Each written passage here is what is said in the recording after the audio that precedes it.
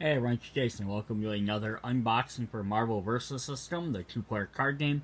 This is for the Brotherhood of Mutants. This is part of the first appearance set. So this is like storylines. This is volume 1, box number 2. So this should be two of part of the three. They'll go issues. They'll go volume 1. This would be issue number 2, but there's always a 3 set, and then they start over with a new theme. So these are all based on first appearances, and then the next set's based on something else. These are just little tiny extra boxes. Has 55 cards. It's basically a deck-themed, issue 2 in the first of the 3-part first appearance arc, the villains of Magneto and his Brotherhood. So we did add a bunch of Brotherhood characters in there. So we get a new team, and a bunch of other stuff. So yeah, it says, it's been reformatting the big and small boxes. Every 3 months, a versus system which could change. We'll have an arc. There'll be new one set almost every month. Be 55 issues like this one, and then there'll be giant size 200 card ones,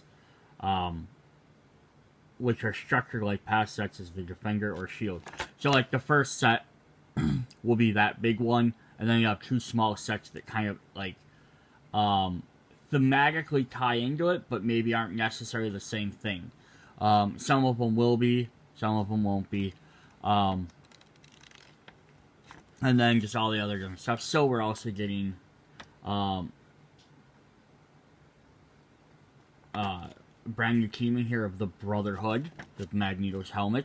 We have a bunch of different powers in here listed. I'll go over them later if I need to. This does not include a it just has a checklist of what characters are in the set, but doesn't have like a deck listing. So now at this point, they figure if you're buying these, you're this far into the game, you're buying this small expansion, you're ready to make your own deck. So let's jump in and see what characters we have in this set. So you can't buy this. Just a big clarification then would be, you buy this, it's going to have enough cards in it to build a deck for the Brotherhood. This particular set, but these small boxes won't have enough cards to build a full deck because you only have 55 cards, so you need at least 5 more cards. We're going to need more than 5 more cards because that 55 is including all the different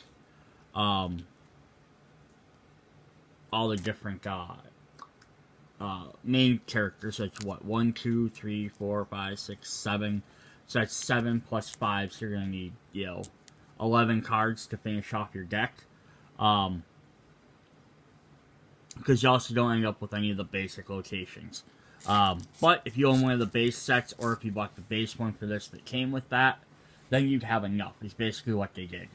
Alright, so let's jump in and look at what we got here. We got level 1 Juggernaut. It's going to take something more to stop me. Pay a blue, put 2 minus counters on Juggernaut. Only enemy players may use this power during their main phase. So that's kind of interesting. They can pay to try and weaken him up, and then ain't nobody can beat me. 3 to level up. At the end of the melee combat where Juggernaut was attacked, if he survives, he gains an XP. And then what does he do when he gains bigger? It's gonna take something more to stop me. So that's interesting. Is that did it? Oh, it's the same. I thought it changed. I thought I added more in there. So he has Unstoppable. Pay green during combat. When Juggernaut stuns a front row enemy character and survives while attacking, so will this combat, he may immediately attack a back row character. And I love that its effect is very Juggernaut, but he also works a lot like his villain version that came out previously. Alright, our next main characters, we have a level 1 Magneto. Ensure the future. Pay a green. Choose a Brotherhood supporting character on your side to get 4 defense this combat. And time for the Brotherhood.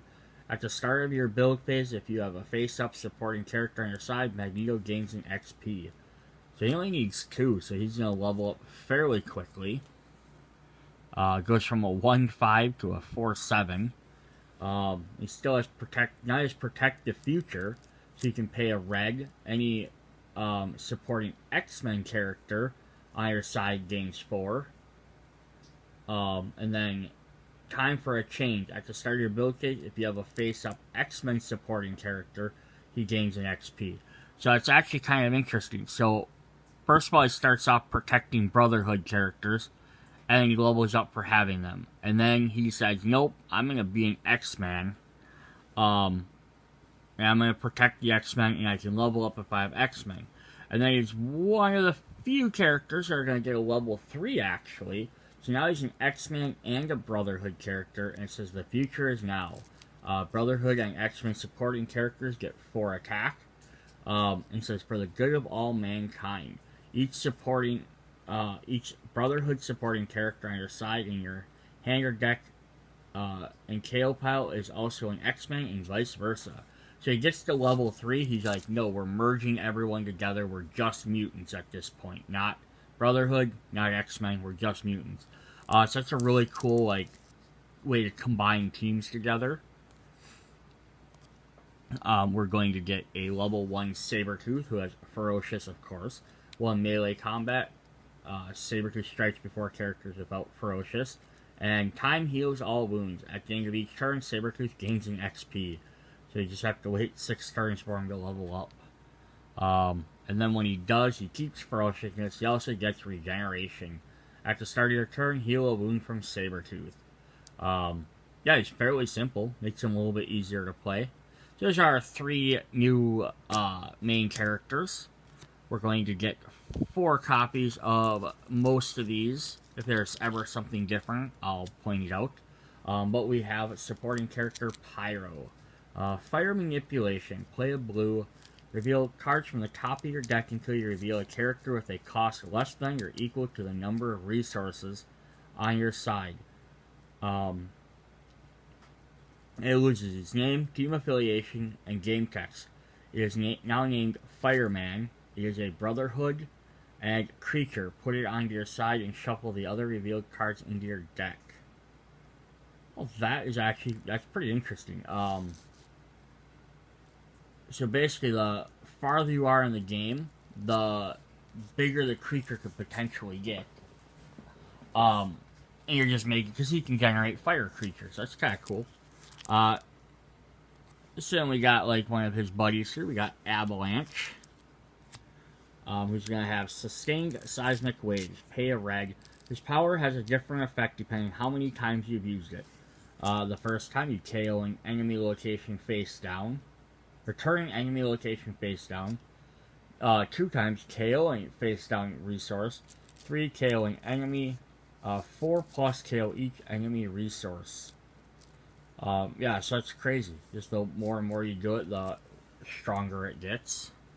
And it's kind of nice because it's like, yeah, it can be super powerful, but it's also on a 2-drop. So he's not very strong, and he only has 1 health. So someone just has to basically choose, I don't want to worry about that, so I'm going to take him out, or maybe I can suffer a few of these damages for a while, so he wastes his resource. So it's always that kind of mental game on this. We have Toad. Not the best picture for him. Yeah, I like these better if they had all original artwork, like some of the other Marvel games, versus just straight up rips from the comics, because some of these are weird where you have like heads poking out and stuff. But he has Leap, Toad has Flying during your turn, and Magneto's Toady. Well, Magneto's on your side, Toad has +1 health, his power can't be turned off. I mean, for a 2 cost who gains Flying, can have 2 health, potentially, and he's a 5/2. It's not terrible. We have Mesmero.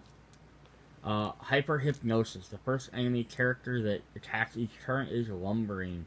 As it attacks, defending player chooses who the defender is.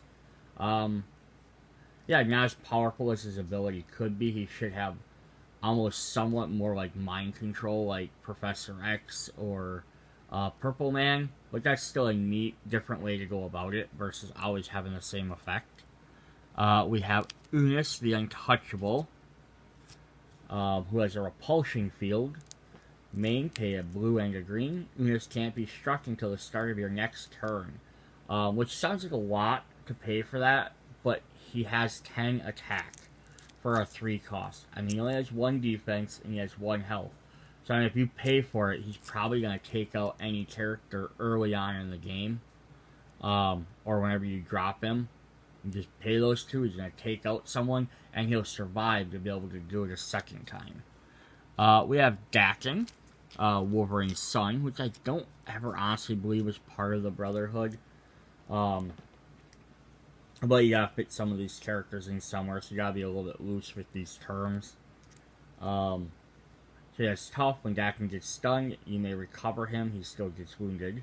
And Pheromone Control. Enemy characters lose and can't gain powers while in melee combat with Dakin. So that's pretty cool. You can shut some of their stuff down. We're going to get a Brotherhood version of Quicksilver, who has mobile. Once per turn during your main phase, but not during combat, you may move Quicksilver to your front or back row. And Stealth. Quicksilver can melee attack the back row even while they're protected. Then we have Big Old Blob, who has stuck in his stomach. When a melee attacker strikes Blob, it can't ready until after its next turn, and bounced off his belly. While defending against a ranged attack, Blob strikes back against each attacker with an attack equal to that character's attack. So if they attack him in melee, they can't ready, so they're useless the next turn. And then while he's defending a ranged attack, it just bounces back and hits them. So he can essentially strike back at ranged characters. We also have Sauron. Terrifying Delusions. Main, pay a yellow, choose a face-up enemy main character to strike an enemy supporting character on that side. So he does a hypnotize ability too. We are going to get our last supporting character is the Shadow King. Again, I don't know if it's ever actually been part of the Brotherhood, but you gotta include these guys somewhere. Now, this guy has some unique abilities. So he has 0/0 for his stats. It says, Anchor Host. If Shadow King would appear, remove him from the game instead. When he's removed this way, choose a face-up character on your side to be his host until it gets stunned or leaves play. Feast on your terror. Shadow King's host has, at the end of your turn, KO an enemy supporting character. So he jumps, for 7 cost, he jumps and he takes over somebody else's body.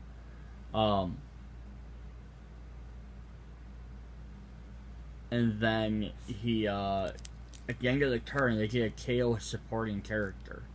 So he's pretty popular. So you want to take him out pretty fast. I wonder if the instructions, they probably do talk about him. Dakin, Avalanche. Alright, so Shadow King is technically a supporting character, but he doesn't want to actually be in play. Prefers a physical host. If he would appear for any reason, you remove him from the game. Instead, choose a face-up character on your side. Be his host. If you don't have a face-up character, Shadow King will be removed from the game. When his host gets stunned or leaves play, he will remain moved from the game. So, paying 7 to basically have that ability is pretty nice, but you better make sure you put it on someone that can actually take some hits. Because if you throw him on a weak guy and he dies right away, then you just spent your 7 for no reason. Alright, our Brotherhood plot twist is superior genetics. So we have combat, put 2+ counters on a Brotherhood supporting character on your side in the combat. And then the final card we're going to get is our special location, which is, of course, Asteroid M.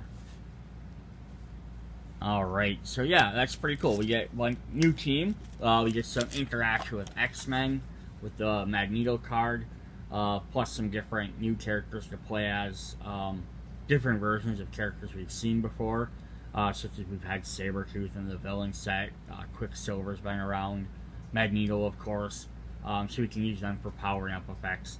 But yeah, that's the Brotherhood of Mutants set. See you guys in the next video. Bye.